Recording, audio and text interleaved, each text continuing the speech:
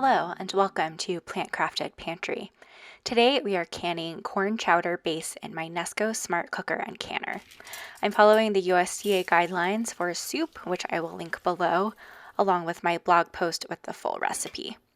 I'm starting by adding 1 cup of rinsed yellow split peas to a pot along with 3 cups of water and bringing that to a boil.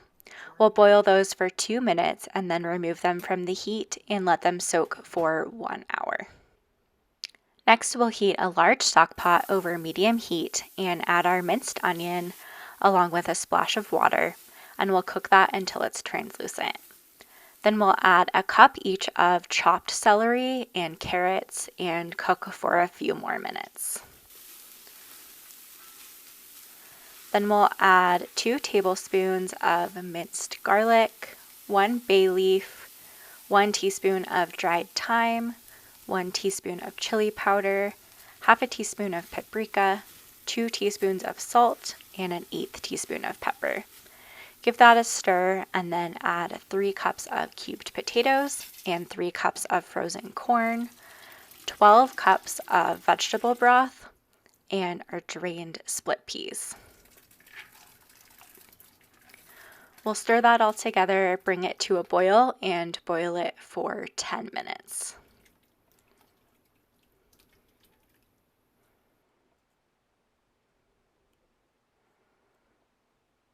Now I have some hot quart jars. I'm showing the 4 here that will go in the canner, but I am also filling a 5th jar for dinner that I did not can.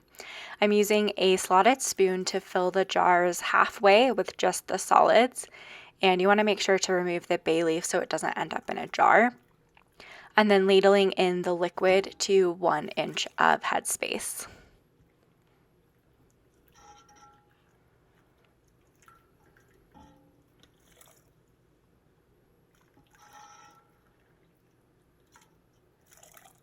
Then I'm debubbling and adjusting the headspace, wiping the rims of the jars with some white vinegar, and adding new canning lids and putting on the rings to fingertip tight.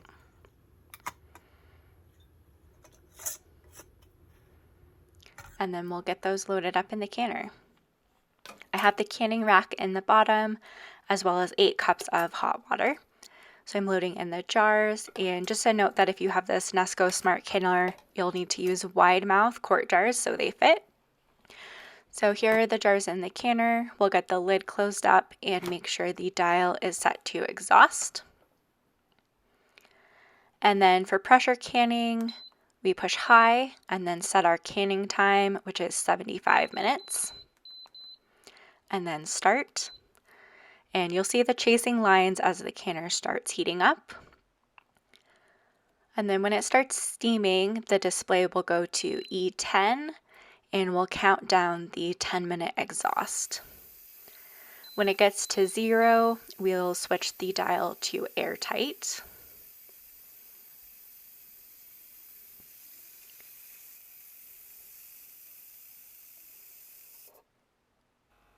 And then after it comes up to the correct pressure for canning, it will start our timer. So after the 75 minutes are up, I let the canner sit for about 2 hours to release pressure. And then we'll open the lid. I always do this partially at first to let some more steam out, and then open it fully after another couple of minutes and let it sit for a few more minutes before taking the jars out. So we'll get these jars out of the canner and set them on a dish mat to cool overnight.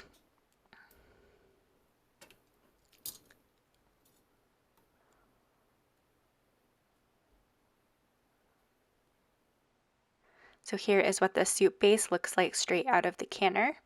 I did have 1 jar fail to seal, so I stuck that one in the fridge to eat in the next couple of days once it was cool enough. And then the next morning, I removed the rings, checked the seals, washed the jars, and then labeled them with a Sharpie. And we'll get these jars on the pantry shelf.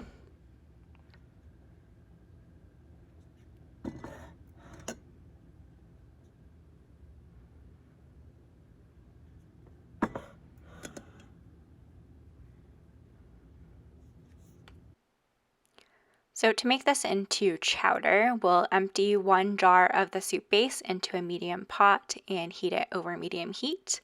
What I'm showing here is the rest of the soup base that didn't go in the canner, so I left the bay leaf in this while it finished cooking until the veggies were cooked through, and then I'm removing it here. I soaked a 1/4 cup of raw cashews in hot water for 10 minutes and then drained them, put them in my blender cup, and I'm adding a ladle of the soup base and a little extra water and blending that up. And then we'll add the cashew mixture back into the soup and stir it to combine to make it into chowder. You can also add some extra frozen corn if you want at this point, and then heat it through, adjust the seasonings if you need to, and it's ready to serve. And here's what that looks like, ready to eat. I hope you enjoyed this video. Thank you so much for watching. Please subscribe if you haven't already, and I'll see you next time. Bye.